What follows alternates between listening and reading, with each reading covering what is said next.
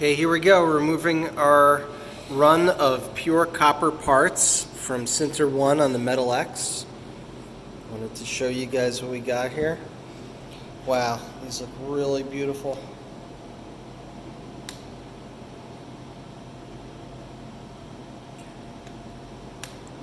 And they're perfectly flat too, which is really cool.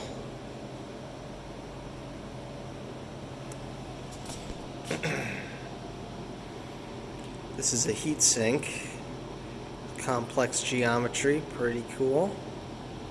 Oh look, my little Sharpie mark actually made it through number 6. And what else do we have here? We have a tiny version of that at half scale. I'm going to be giving these away at an event coming up this week. If you're interested in attending, we have one in Lancaster, one in Clifton, New Jersey, and then one out in Long Island, all coming up very, very soon. So if you want to see some of this stuff in person, reach out and we'll be happy to get that set up for you. Thanks so much. Appreciate you guys watching.